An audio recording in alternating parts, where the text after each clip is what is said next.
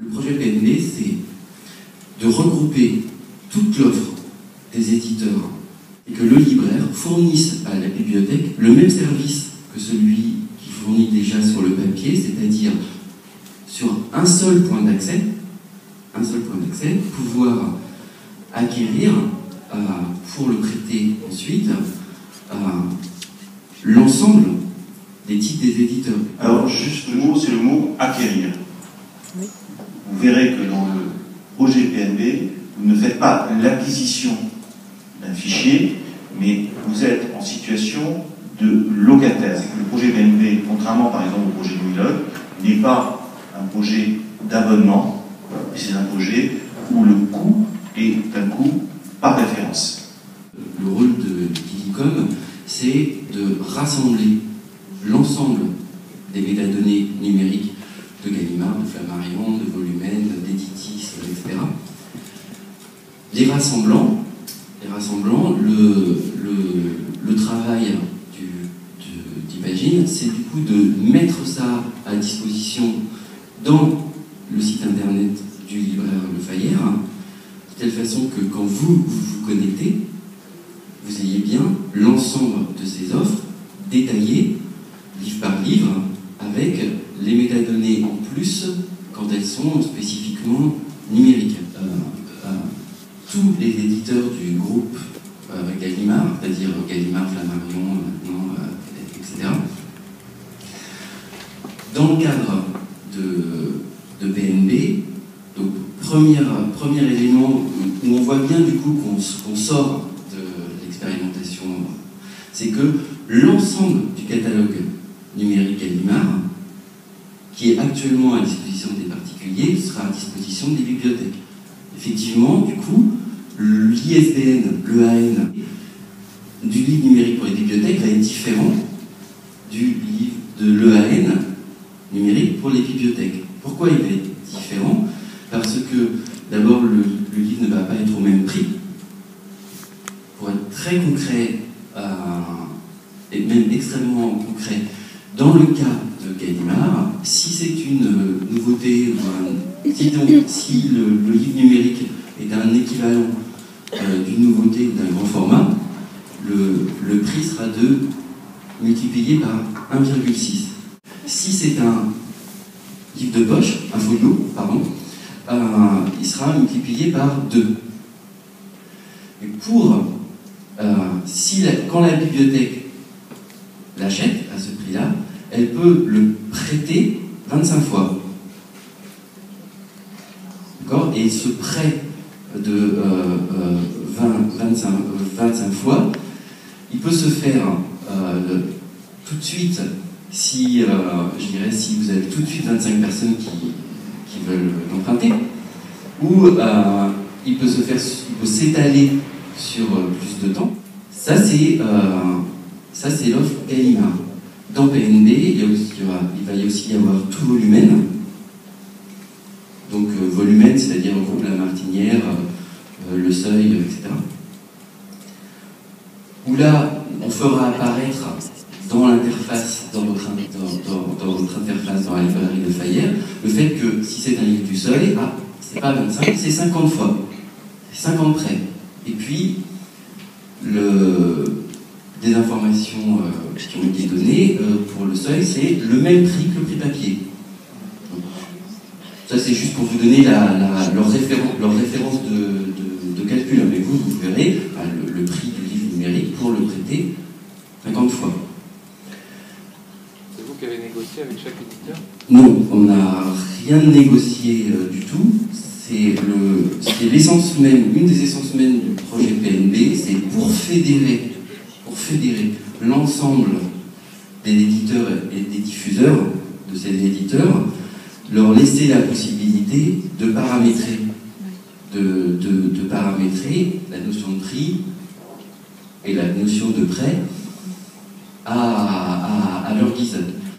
Et à nous de vous le présenter simplement en agrégeant l'ensemble dans une seule et même interface. On reste dans le cadre de la loi langue, où l'éditeur est maître du prix de diffusion. Et donc là, dans le cadre du livre numérique, c'est tout simplement la volonté d'Ilicom de rassembler tous les acteurs, aussi bien du livre que les acteurs techniques, pour arriver à trouver une solution de prêt de livres numériques aux bibliothèques. Il est clair que ce sont les éditeurs, au travers de leurs diffuseurs, qui décident aussi bien du prix que du nombre de prêts. On va voir aussi du mode de prêt.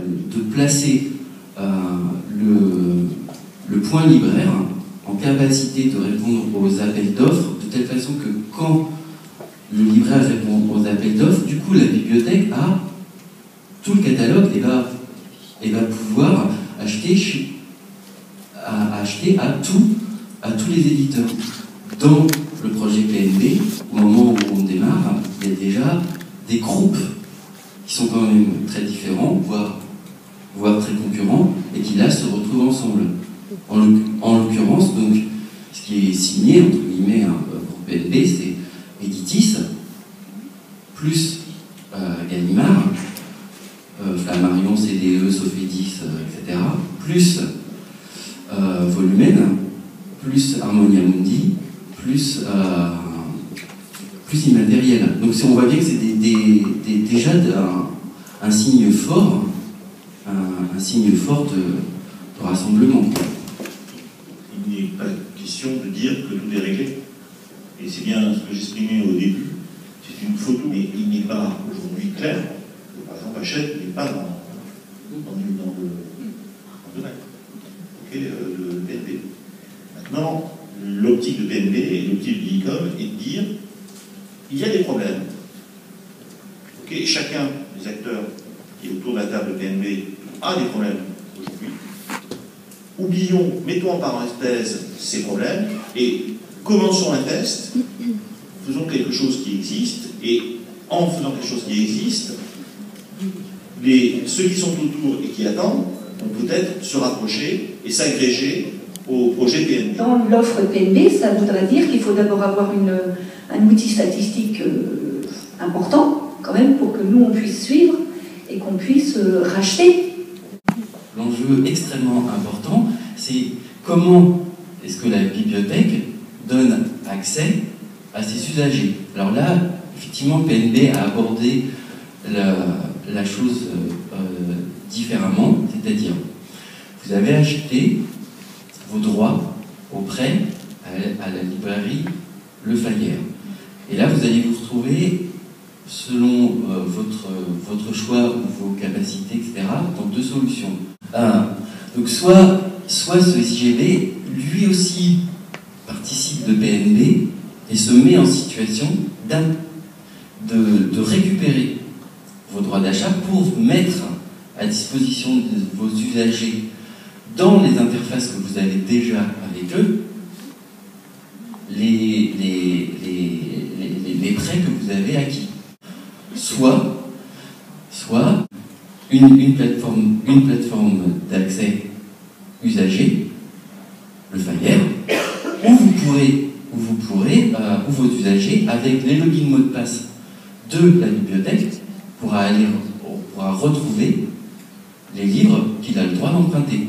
Je télécharge, il y a une DRM, en l'occurrence la DRM Adobe, et je peux le lire pendant 59 jours. Je peux aussi le rendre avant, évidemment. Soit un accès en streaming pour lecture, donc dans un navigateur. D'accord ? Donc ça veut dire que vous pouvez participer avec le Fayère à PNB, que votre SIGB soit prêt ou qu'il ne soit pas prêt. Donc ça fait effectivement une interface de plus, mais au moins ça vous permet de donner tout de suite un accès à vos usagers. On voit bien pourquoi les éditeurs ne sont pas prêts à enlever les DRM, mais les paroles de Carrel et de Touprin, les demandes qui passent par ces consortia se rejoignent finalement. Ça porte d'abord, ils apportent une voix contre les DRM en fait, en demandant aux éditeurs de faire un effort et aux prestataires, aux intermédiaires. Et deuxièmement, il y a aussi ce problème de la constitution des collections, effectivement. Et donc, on ne se satisfait pas entièrement, même si on reconnaît les progrès que vous avez expliqués, on ne se satisfait pas entièrement de ne donner que des accès, de n'acheter que des accès et pas les fichiers eux-mêmes. pour être clair, donc effectivement, on se rencontre avec Carrel, on partage un certain nombre de choses avec eux. Oui, on est effectivement en France dans une dépendance au choix des éditeurs en amont, et voilà, on n'a pas forcément la main là-dessus, mais notre premier devoir, c'est quand même effectivement à la fois les alerter, etc., et en même temps de s'adapter tout de suite à ce qu'ils proposent, parce que de toute façon, si on ne s'adapte pas tout de suite à ce qu'ils proposent, on ne les fera jamais évoluer non plus, quoi. Ouais, c'est plus une opinion qu'un fait avéré, mais je me dis que pour des gens qui sont des lecteurs conséquents, emprunter en bibliothèque, ça veut dire ne pas conserver ce qu'on a lu. Donc l'expérience livre numérique peut avoir en bibliothèque presque plus de sens que pour un acheteur particulier. Ceci dit, c'est sans doute générationnel aussi. L'important, c'est qu'on démarre le test et qu'on mette en route la machine et qu'on voit réellement comment ça fonctionne. Et pour rassurer mes collègues, tout ça, ça va évoluer. Et en tant que bibliothèque, il faut absolument qu'on prenne le train en marche. Et on ne peut pas rester à côté de ça. Et comme le disait mon collègue Olivier, ça a plus de sens en effet pour nous, bibliothèque, voilà, le livre numérique en bibliothèque. Et deuxième point, oui, ça va nous demander de la médiation. Nous, on le voit, on fait venir David Kefelec pour les tablettes Fond Salon, dont il a parlé tout à l'heure.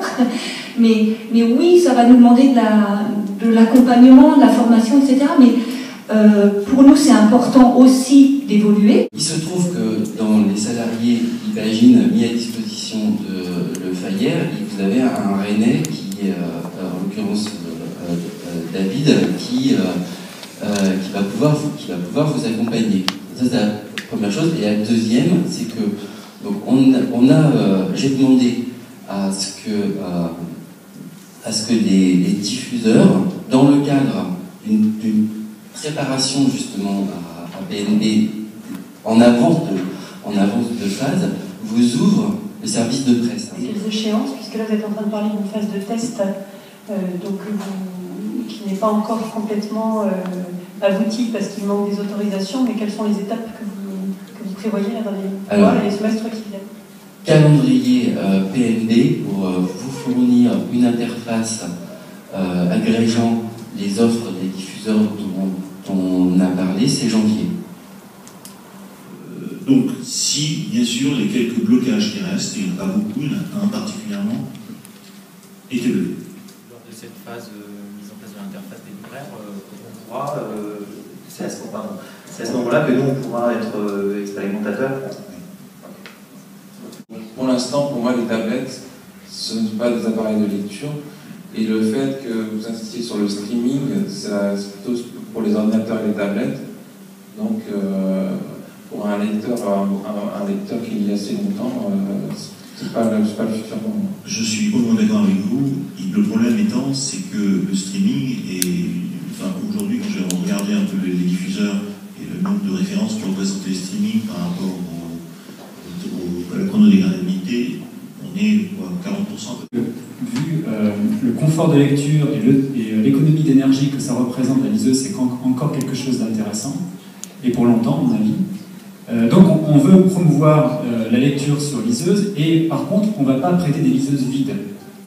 Là, effectivement, dans PNB, ce qu'on va pouvoir faire, c'est effectivement prêter une liseuse, mais le fichier que vous allez prêter sera lisible que 59 jours.